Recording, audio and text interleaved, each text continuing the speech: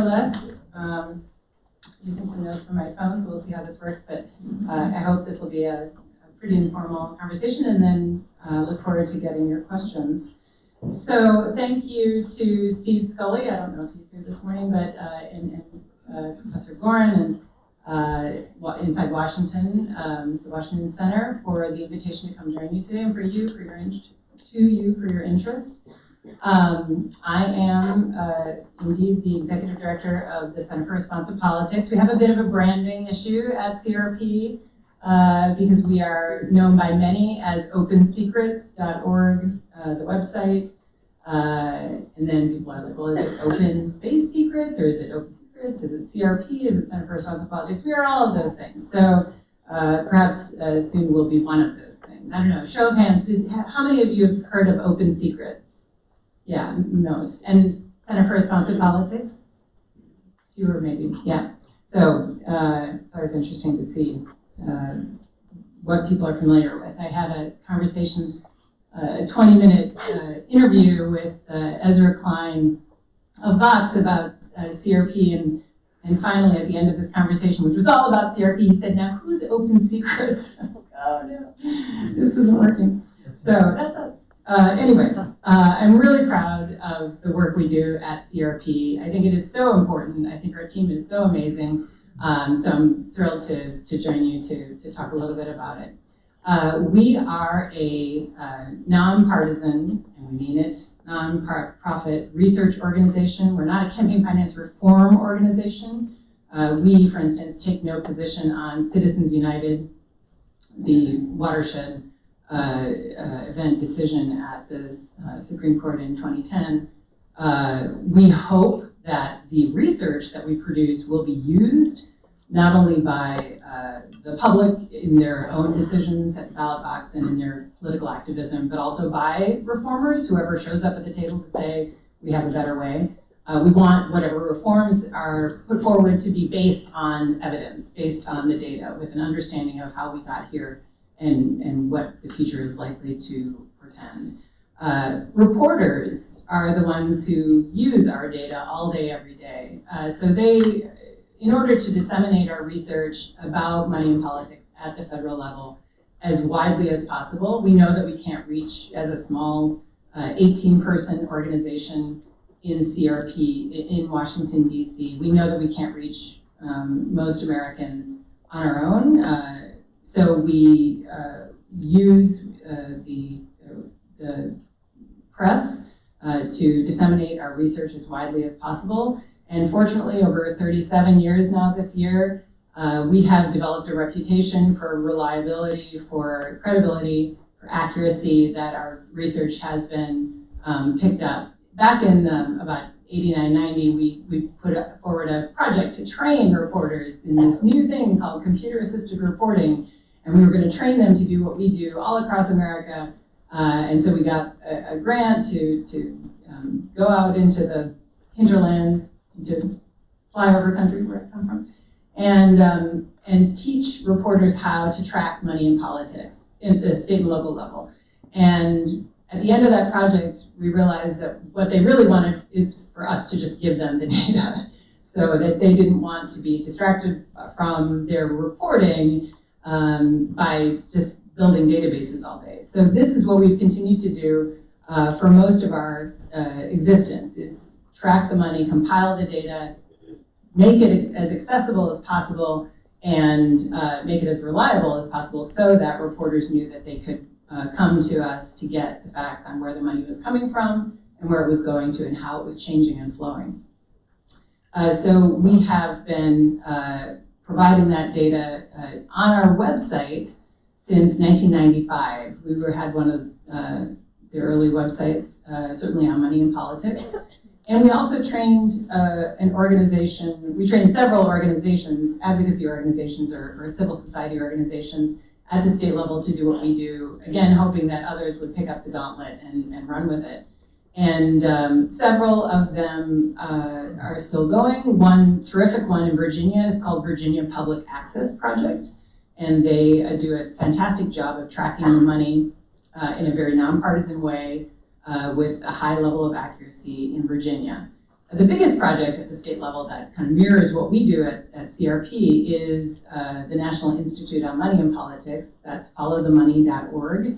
If you ever need to go get that data for your own activism or for your academic research, that's a great place to start, because they track money in the state level for all 50 states. So we're happy to see that there has been kind of a mushrooming of this research, and certainly reporters also have been growing in their capacity and skill to build these kinds of databases. But they're less interested in maintaining them as a matter of course, and so that's what we specialize in. We, as a matter of course, are grabbing the data from the Federal Election Commission. Campaign finance has long been our bailiwick, and so we are taking that data from the government, from the Federal Election Commission primarily, and adding value to it so that those who need to know how much did Wall Street give, how much did the Koch brothers or George Soros or any mega donor or a small donor give. So we classify donations by industry and interest group, and then we aggregate it on our website, Open Secret, so that sure, the press, academics, advocates can see it, but ultimately we want to make it as accessible as possible to the voters who are going to use this data in their own, we hope, political engagement. We don't consider ourselves an advocacy organization, but a research organization, except that we do advocate transparency. Without access to the information that we all deserve, that we all pay for with our taxes, we can't do our job, the press can't do their job, and most importantly, the voters can't do their job of being informed and enlightened citizens, and then using that to get engaged. We also advocate that people get engaged. Democracy isn't a spectator sport. And so, especially now in this era where there is so much kind of abandonment of norms, of politics, certainly some would say of societal norms, there is a lot of foment, and people are getting engaged. Many candidates are running for the first time or seeing themselves as capable of being first-time candidates. And so our data is useful to these folks, we hope, and we're hearing from them. And people, of course, are not just taking it and making decisions about their personal engagement, but creating new tools with it. And so you too can grab this data if you have a knack for data analysis. We make all of our archival data, 100 million records plus, available for non-commercial use. So anybody can grab it and create their own civic engagement tools or do their own academic analysis. This is for non-commercial use. So if you are a for-profit hedge fund who also would like our data, because it helps them kind of feed into their algorithm, that's different. So anyway, I've kind of leaped into the details here, but I want to give you a step back for a moment and give you a broader overview. We were founded in 1983, a very different time, but also a time of a lot of political foment. This is after Watergate, of course. Fun fact, we are CRP, which I guess could be CREEP, so that's pretty relevant. I guess CREEP was the committee to re-elect Nixon's committee to re-elect the president in 1972. Which became embroiled in a campaign finance scandal when they paid the burglars to break into the DNC at the Watergate Hotel, paid them $500,000, and was also accused of money laundering and using it as a slush fund for the president. So we are not that creep, but we are. We were born in that time when there was a lot of concern about money's influence and good reason for it, and also a time when people were yearning for politics that really represented Americans and not just the powerful and moneyed interests. So our founders, two incredible humans, Frank Church, Democratic Senator of Idaho, who made a name for himself in the 70s and was known really as an iconic figure in the Senate with a great deal of integrity and respect. And Hugh Scott, a Republican, whose mission or passion was to create and reform and make more functional the Federal Election Commission, which, as we stand, has no quorum, cannot work, cannot make a decision, cannot meet, and will not have oversight, effective oversight of the 2020 elections, as long as that remains the case. So we were born at that time. Church and Scott said, you know, we want to, now that we're retiring from the Senate, we want to create an organization that is going to help Congress be more responsive to its constituents. And at that time, we were looking at many things: the budget process, how to make Congress more effective and more representative. But quickly, we began to focus on money's role, because there was still this sense that, well, my congressman is fine, but everybody else is crooked, everybody else is bought. So we began to dig into that. Again, trying to come up with a way of grabbing all of this data, digitizing it, because it was buried in dusty filing cabinets at the Federal Election Commission, or at that time, eventually microfiche. And then taking it and analyzing it, understanding it, and presenting it in a way that people could grok more easily. And so it's long been campaign finance, but over the years we realized that money is flowing in different ways, and people need to understand it, because we have to be nimble enough to know where the money is coming from and going to.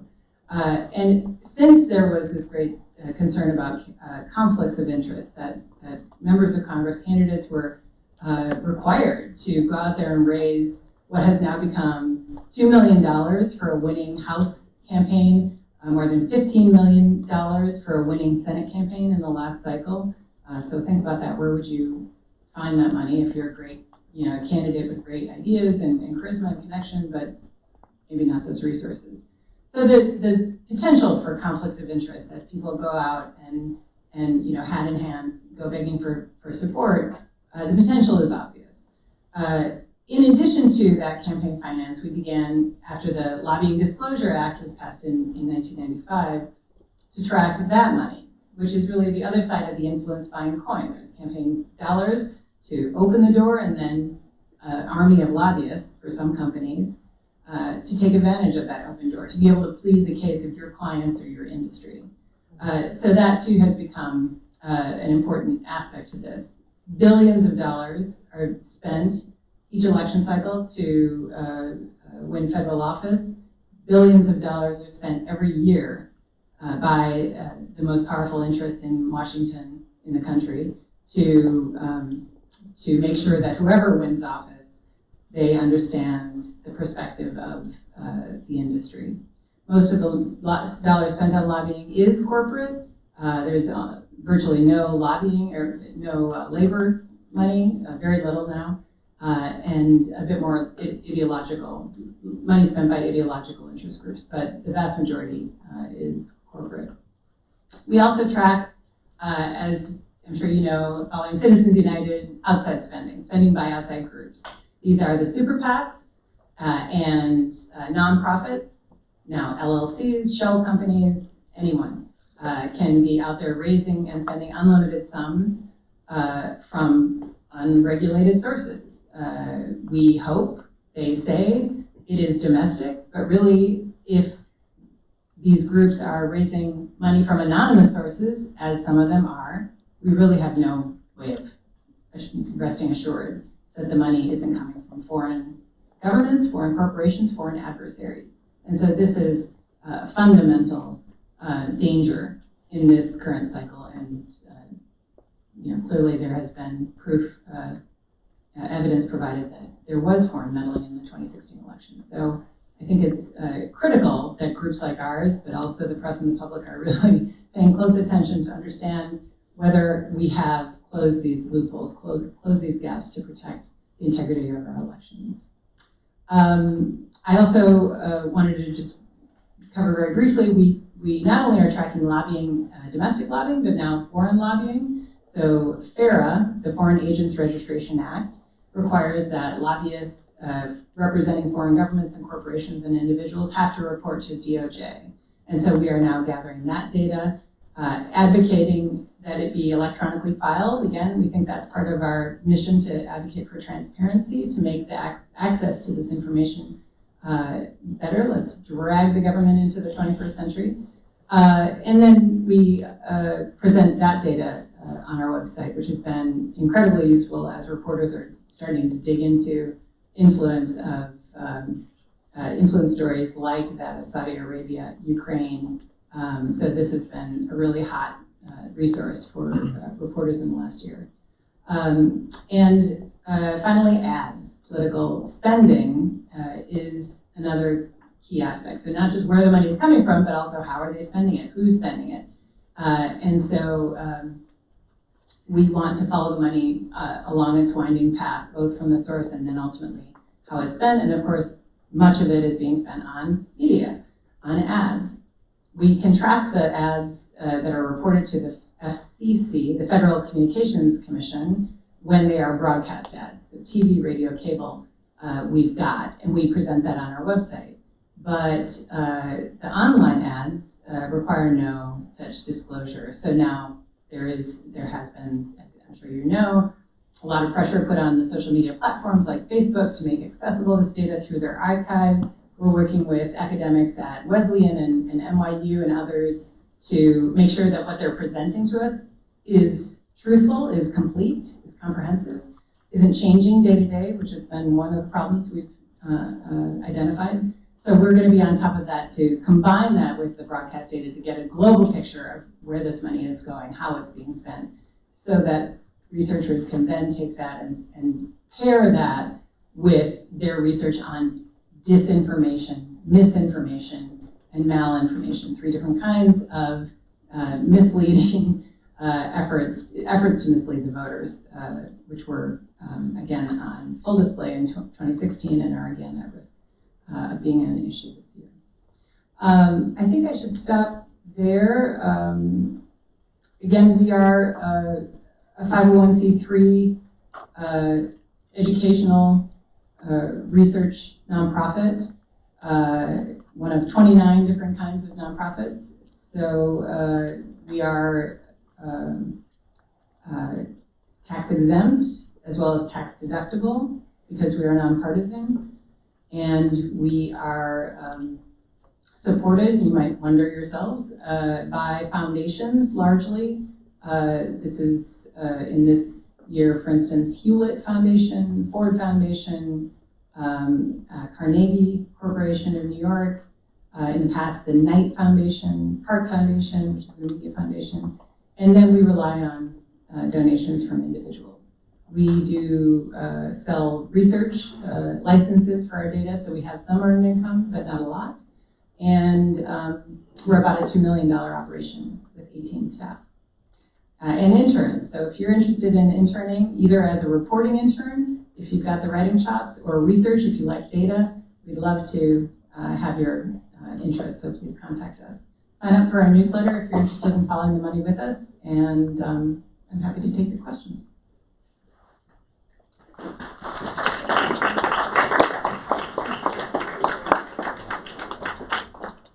just moving the mic, guys. Come on, ask questions.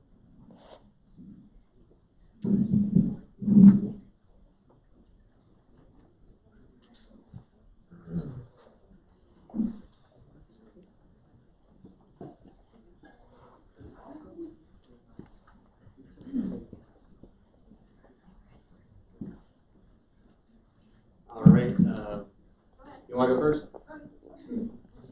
Hi, I'm Yasmin Tabib.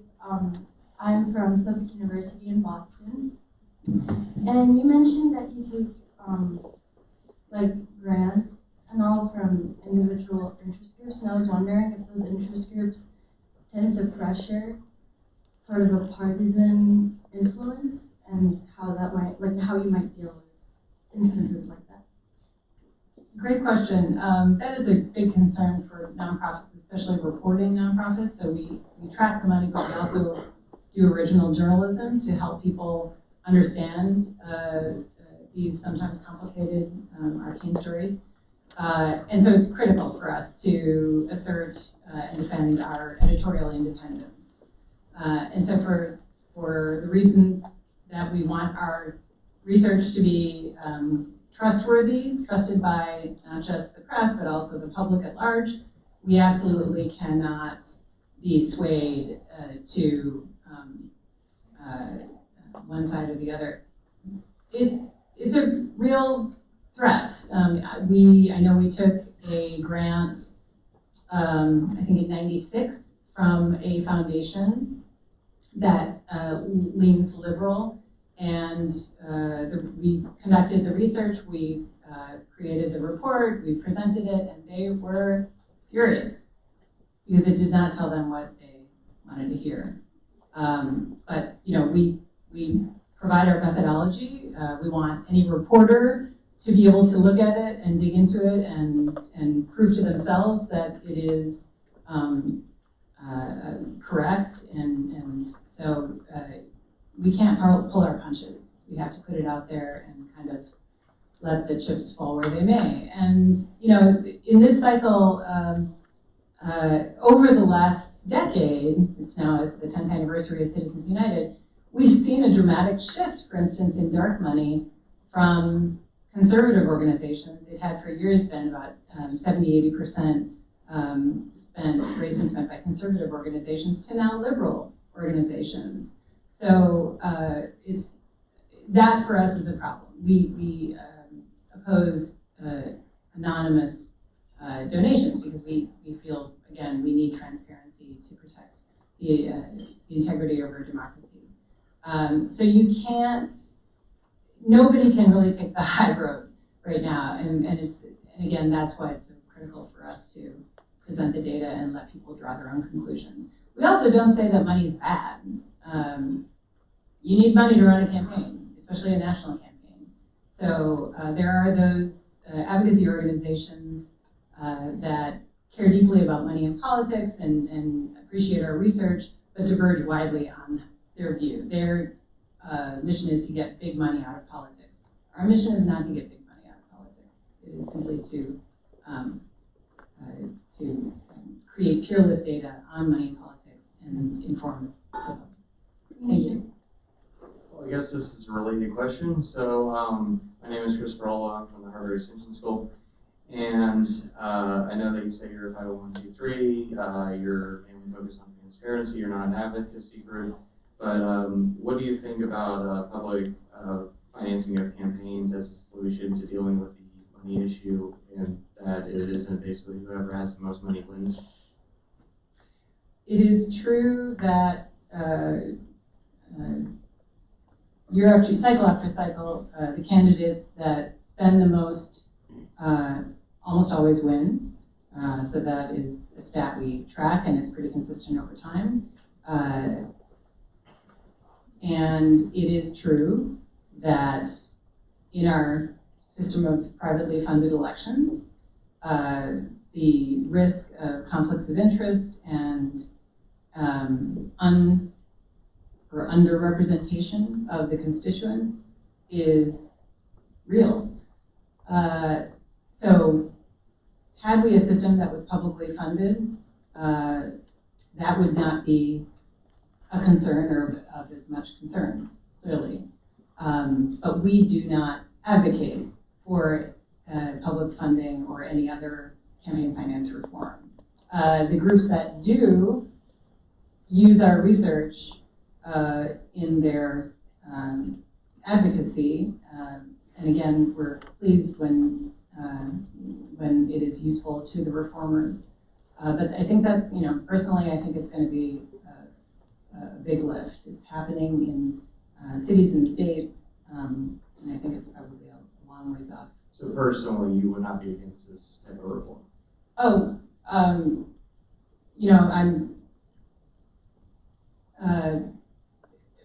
I don't see why no, but it really doesn't matter what I think. I don't think it's realistic. I don't think it's coming anytime soon at the federal level, which is what we focus on. Thank you very much. Yeah. Hi, Megan Dyer from Suffolk University. I was just wondering if you, the CRP does any investigation into tax returns of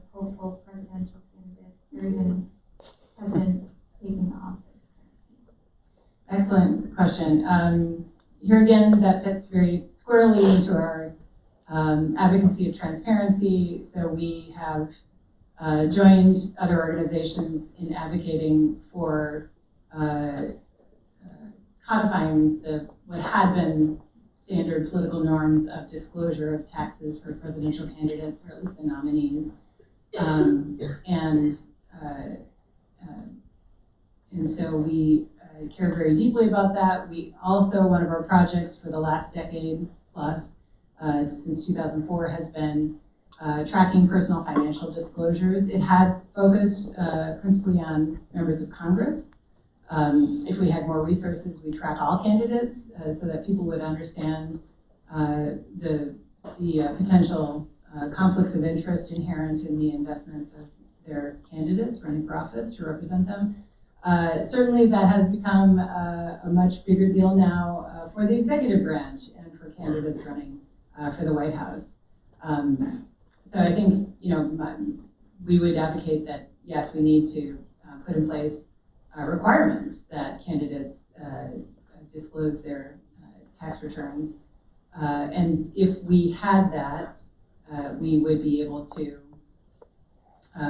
better understand the financial disclosure reports, which are far less detailed. So we have the standard financial disclosure report for President Trump, but it is not as revealing as typical personal tax return would be.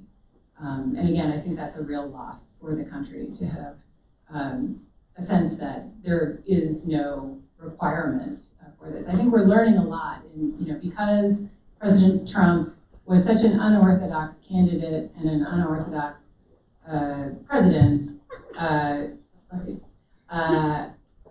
There's been a lot of conversation about the norms that have been lost and need to be better understood for the value they provided and codified, so that in the future we're not at risk of losing what we had assumed would be there and what we now realize is critical information. Thank you. Thanks for being here. I'm Callie Batchelor here from the University of Pikeville in Pikeville, Kentucky. And my question is a little bit that has to do with hers as well. You mentioned that you've been doing this since 1984 and a lot of things have changed.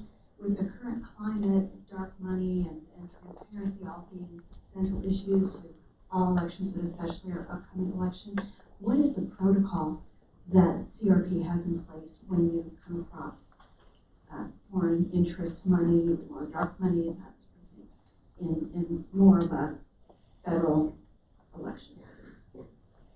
Well, our research on spending by outside groups, which is where the non-disclosing nonprofits, LLCs, shell corps, is present, we try to be as comprehensive as possible so that you can see at a glance which are the organizations that disclose their sources, which partially disclose their sources, and which are non-disclosing.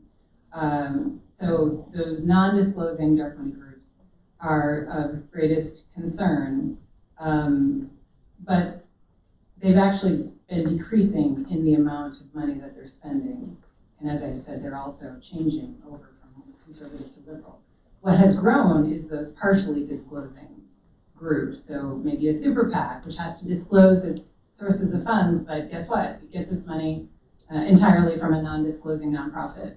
So that it's really critical to look at not just what kind of spender they are, but to better understand what's really going on in their funding. So that's what we try to do, is be as comprehensive as possible, give you an at-a-glance understanding of whether or not they're providing this information, and then serving up for our own reporters, for the press elsewhere, which are the organizations that are withholding that information. It has been possible for us to claw back some of the information about their sources through tax filings. So we, in 2012, looked at tax filings of other organizations that were giving to the Koch network, which was we revealed had raised hundreds of millions of dollars. We were only able to do that not because the Koch organizations were providing the sources of funds, they weren't, but because other organizations were reporting having given to them. So we had to look far more globally to be able to glean some of that data. But just serving it up and saying these organizations are among the most politically active, we have no information about where their sources are, is like, ringing the dinner bell for investigative journalists. Well, yeah. Thank you very much. Thank you. Hi, my name is Gabriela. I'm from Suffolk University. First, I want to say thank you for the work you do. The worst thing is wanting to research something and not finding like numbers for it. I like numbers, especially. But my question is along those lines. You mentioned that the data you guys produce, in a sense, is available out there for educational and commercial purposes. And I'm just curious, what is it used for most?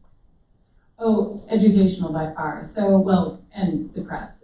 So again, we hear from the press all day, every day. They're calling us, asking for background, expertise, commentary, custom data. Maybe they're finding the top 20 recipients from Wall Street, but they need all the recipients from Wall Street or whatever their story demands. But for the bulk data, the archival data